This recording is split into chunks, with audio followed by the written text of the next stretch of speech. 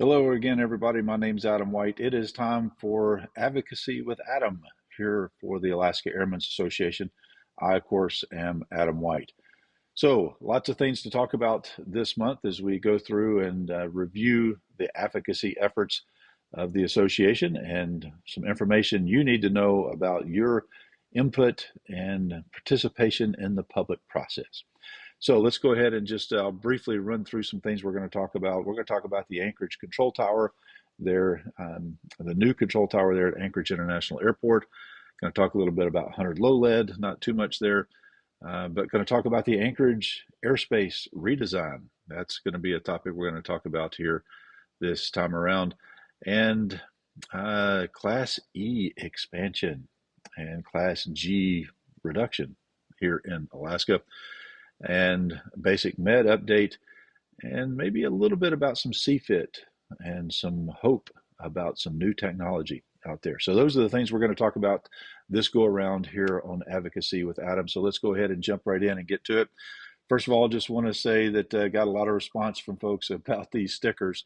They're starting to pop up in unusual places. So if you want to get your sticker, you can go to the Alaska Airmen's website and look for our merchandise there, and they're available.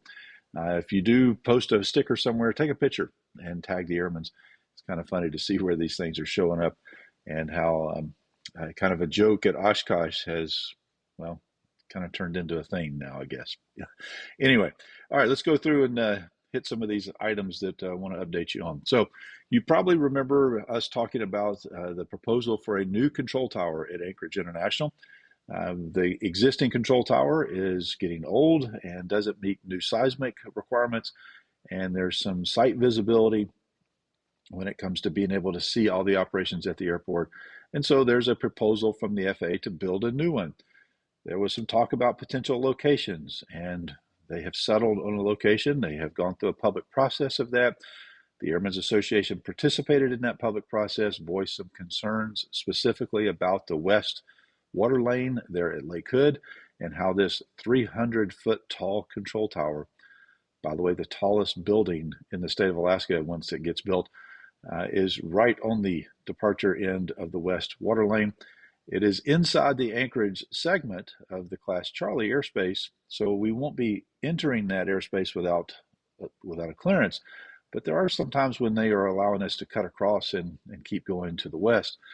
But if there's an issue with a takeoff and an aircraft has problems with their engine or anything else and they need to go straight ahead, well, now they've got this 300-foot tall control tower staring them right through the windshield. So we expressed that concern. The FAA has released their 1,166-page document, of which, yes, I am reading through the whole thing. I haven't got there yet. It just came out last week. But the record of decision came out for that proposal. And I'm disappointed to tell you that the FAA said that there's no significant impact. Well, I disagree. So several other people did as well, but apparently is not enough of an issue that caused the FAA to reconsider that site location.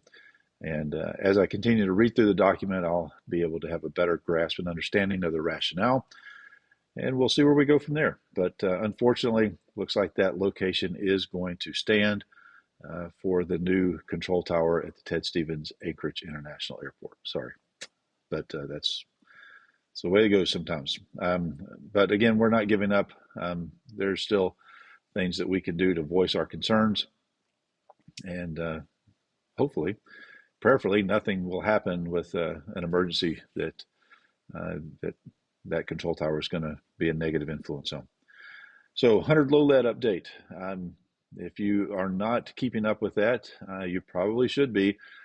We are in the middle of a process now to eliminate 100 low lead and find a direct replacement. The definition of direct kind of changes depending on who you talk to, but to find a replacement for leaded aviation fuel. There is now 3 fuels available in the state of California, commercially available.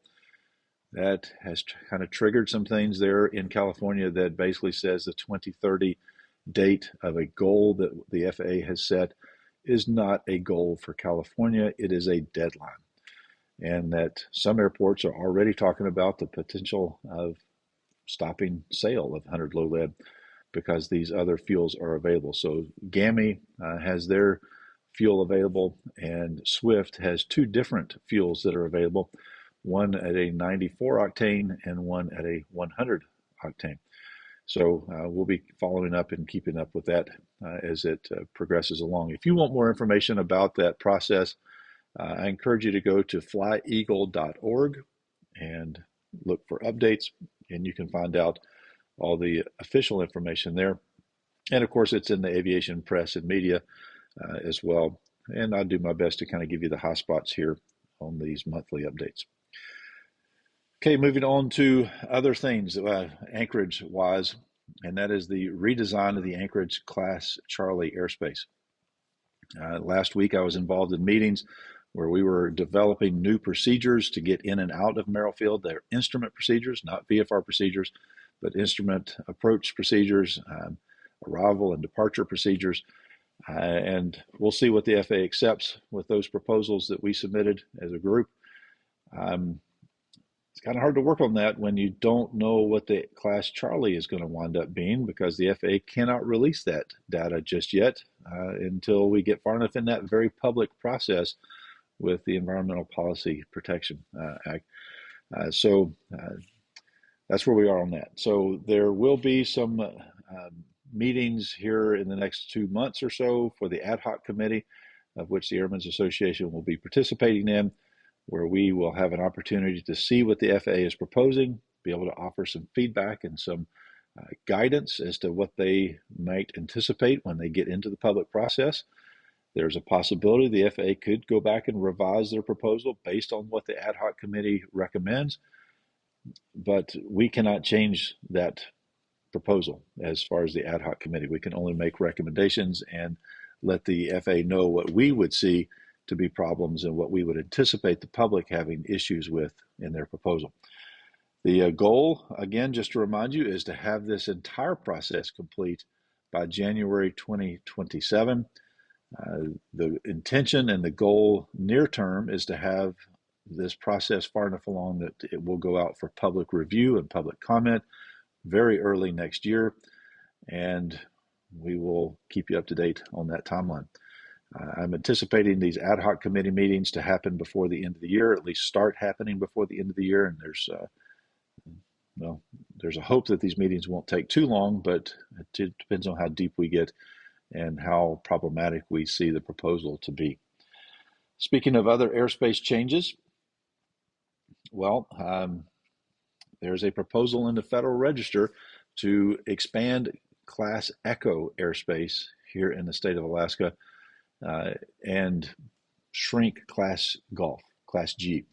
Now, go back to your ground school days. Remember all these things. Class G is what class? Not just class, but students. Class G is uncontrolled airspace. And what are the visibility and cloud clearance limits in uncontrolled Class G? Well, it's 1 mile clear clouds during the day. Now, when we get to Class Echo, what are the visibility and cloud separation requirements for Class Echo?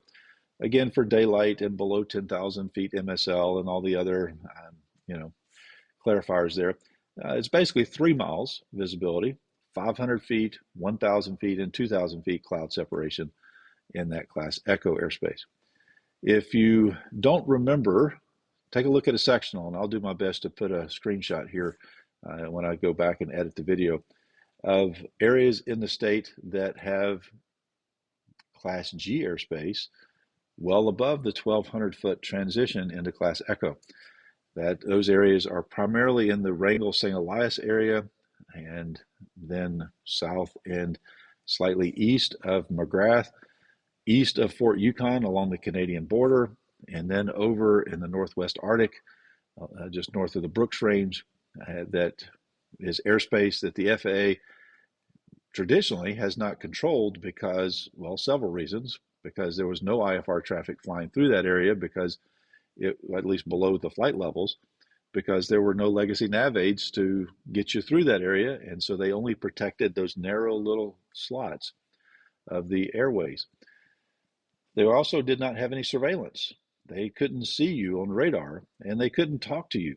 And so the FAA says if we can't see you and talk to you, we can't control you. So that's why those areas were Class G. Now the change is coming because, well, they're issuing GPS direct clearances now, and have been for many, many years, but they're doing it below the flight levels, and yet they are in uncontrolled airspace. And so how do you operate on an IFR clearance in uncontrolled airspace? It's kind of a dilemma. It can be done with some certain circumstances and has been done here, but I will tell you it is much easier to operate on an IFR clearance, and it's much easier for Anchorage Center to do this when you are in Class Echo airspace. So that's the reason for the proposal, and here comes the rub. Here's the issue though. The FAA still does not have surveillance and communication capabilities in these parts of the state down to 1,200 foot AGL. Now, before you say, but Adam, they don't have it in most other parts of the state, you're right, they don't. But that's not what they're asking for right now. They're asking for areas that have traditionally been uncontrolled, and now they want them to be controlled. And our stand is totally understand, totally appreciate the desire to be able to have better flexibility with issuing IFR clearances, with the ability to get people from A to B on an instrument clearance, and be able to do that at much lower altitudes. We feel so strongly about that that we have been advocating for that very thing in a large part of the state with proposing new GPS-based T routes, those Tango routes that traditionally are much lower.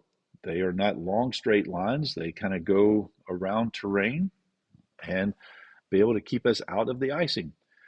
The problem we've run into when we've asked for those routes, the FAA has been very willing to help us design them. They've been very willing to submit them to flight check to go out and fly those routes to see if they can't be approved. But what happens is they keep raising the minimum en route altitude to a point where they have continuous radio communication and they have continuous surveillance. And they won't give us what we ask for with very low en route altitudes for instrument routes. But now the FAA is asking for airspace where we know they're not going to have those things. And as a way to simplify things, just make it all controlled. And that's a problem for us because if we can't get a clearance, even if we wanted one, where we need to be able to fly with our aircraft if they were so equipped, which again, my personal goal is to make it easier for us to get an IFR clearance and fly in the IFR environment than it would be to scud run.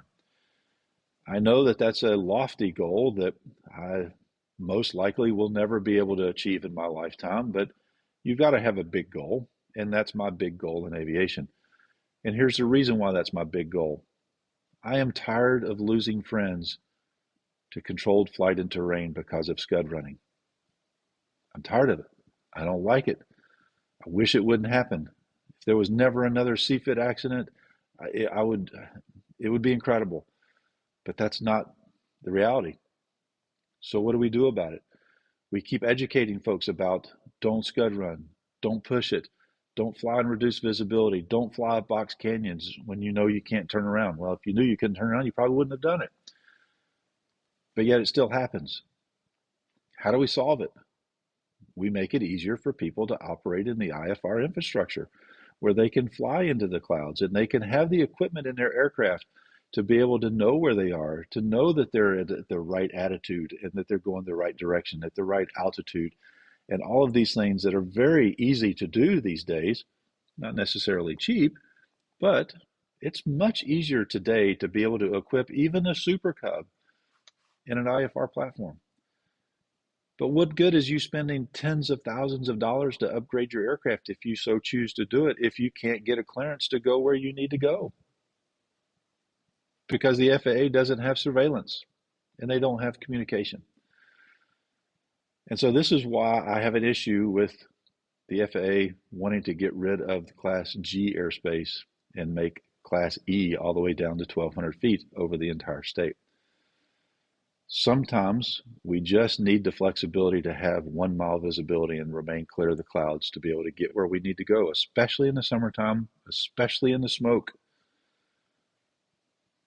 And now we're going to have 3 miles visibility, and we're going to have to stay 500, 1,000, and 2,000 feet away from clouds to stay legal VFR. Because even if we wanted to, they won't give us a clearance where we are able to fly because they can't talk to us and they can't see us. So our comments to the FAA, now that I'm stepping off of my soapbox just a little bit, is going to be, we understand your intent. We support you in your goal. We support you so much that we've asked for routes to be able to be in this airspace that you're talking about being controlled. But you've told us that you won't let us fly them because you can't talk to us and you can't see us. And you keep raising the floors to the point where we have that. Now, we have asked for some waivers for communication gaps. We've asked for some waivers in surveillance gaps. And the FAA is contemplating that. And so I think, however, we need to see some movement there first before we're willing to give up so much on our side. Because if we can't operate in this area, it's going to be difficult. And I say we can't. We can still operate. We can still do what we need to get done. Not as easily, with a lot more restrictions, and having 3 miles visibility be the minimum now instead of 1 mile visibility. And I know some folks are going to say, but Adam, isn't 3 miles visibility safer if you were operating in 3 miles versus operating in 1 mile? I'll give it to you. Sure. 10 miles visibility is better than 3, isn't it? So, but that's just not the world we live in. We don't have that condition all the time. And so what we have to do is deal with what we've got. And smoke is most often the visibility killer when it comes to these types of operations in these parts of the state because of the wildland fires. So again, the FAA is asking in the proposal to drop down Class E airspace all the way to 1,200 feet over the entire state, except for in those transition areas where it's 700 feet and AGL, and then in the surface areas around airports, some airports anyway, down to the surface. So hopefully that makes a little bit of sense to you. Hopefully that explains to you what's going on with that proposal and where we're coming from in our comments that will be filed with the FAA before the deadline in, I think, December 23rd. So some other things about CFIT that is very encouraging because, again, remember I have this goal to help eliminate CFIT, controlled flight into terrain, and to make it easier for us to get an IFR clearance and operate in the IFR environment if we so choose, to eliminate the excuse that, well, the weather's too bad to go IFR, so we had to go VFR. That's a legitimate statement, by the way. That happens a lot here in Alaska, and it's not good, and it shouldn't be that way, but that's the reality of the fact. So what are we doing to give us better tools to do that? Well, pre-COVID, I was working with NASA and the Ames Research Center on some tools that we were transitioning from the military into civilian and in specifically to general aviation when it comes to automatic ground avoidance and ground collision avoidance specifically. Where we today have a terrain database that tells you pull up, pull up. You know, a lot of us have that feature actually turned off because it's such a nuisance that it's always telling us to pull up because it's just scared of rocks and trees. But again, we have to operate at lower altitudes, and so those nuisance alerts are problematic to the point where we ignore it.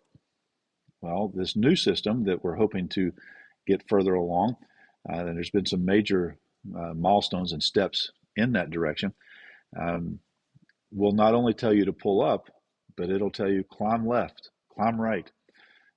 It'll tell you which direction to go to get away from the precipitous terrain. There's also some possibilities of expanding that capability to other things, maybe tying it to an autopilot if you have that in your aircraft to actually start doing that on its own as an envelope protection type mode. Maybe even looking at traffic and giving you indications which direction you need to turn. So basically a poor man's TCAS, traffic collision avoidance system. So lots of encouraging things happening there. You'll probably be able to see some of this being demonstrated at the Great Alaska Aviation Gathering in May. I say probably because we're working right now with these guys that are working on this project to get them here in May so they can do some testing in the state, and then we can see that information firsthand. And I say we, the broader Alaska aviation community, as be able to offer some input and see how that goes. So one last thing before we go, because we're up against the time limit, some updates and improvements to basic med, and I'm checking my notes here to make sure I get them correct. Used to be 6,000 pounds was the limit for gross weight of aircraft to fly with basic med. It is now up to 12,500 pounds. The limit used to be 5 passengers. Well, now you can carry up to 6 passengers and still fly under basic med. There's some other changes coming with basic med, but they're not finished yet. So we'll just hold off on those until they're actually done. But those are some new changes that have happened with basic med. And just a reminder that you had to have had a third-class medical that was not revoked for any reason, and then still go through all those basic med procedures, which is pretty easy to do. So look that up if you're interested. That's going to wrap things up for us this go around. Appreciate you watching these things and giving me the feedback. I do appreciate that. Do me a favor, hit that like button, subscribe button, all the things that you know you're supposed to do on YouTube anyway, and tell your friends about these updates so we can get that news out there far and wide. And until next month, just as they say, just be careful out there flying. Do a weight and balance. Go through your survival equipment during this shoulder season before you're actually out there doing a lot of ski flying. And are you carrying the right survival gear this time of year? And does everything in your survival kit actually work? When was the last time you replaced that bag of beef jerky that's in your survival kit? Yeah, would you actually eat that stuff? So anyway, go through your survival gear and update it. Make sure it's current and still usable for the season and the terrain and the environment you operate in. All right, we'll see you next time.